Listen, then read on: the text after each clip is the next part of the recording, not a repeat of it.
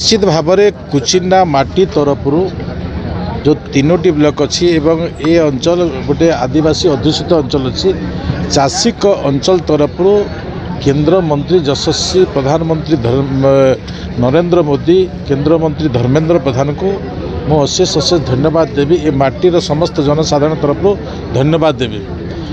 ए विषय कुचिंडा जनसाधारण केंद्रीय विद्यालय विषय कुचिंडा जनसाधारण एक प्रमुख विषय थिला। हेई पारे एठिकार लोक गोटे आदिवासी अध्युषित अंचल जन्म नहीं पारती किंतु तांकर जो उच्च अभिलाषी अच्छी एवं एठिकार लोकों को आग को नेबाई आम बामंडार गोटे उपर बामंडार जो गोटे भूमिका थिला से प्रकार भूमिकार एठिकार गौंतिया माने एठिकार जनसाधारण माने स्कूल कॉलेज सब अनुष्ठान करिबार तांकर प्रमुख भूमिका थिला किंतु केंद्रीय विद्यालय पाई सेमानकर बहुत गुड़े आशा थिला। आज से आशा आज संपूर्ण होईछि जे आमे आम छुआ मानकु पढ़ेबार सुजोग पाइबु 6 क्लास पर्यंत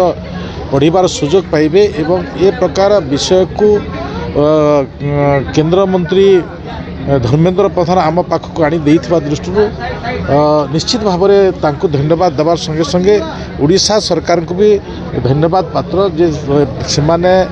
चाका देइछंती। आज कुचिंडा कॉलेज एबे प्रिलिमिनारी तांकर एडमिशन एवं क्लास सब तार जगह देइछंती कुचिंडा कॉलेज को उड़ीसा सरकार को तांको भी धन्यवाद दिया जिवो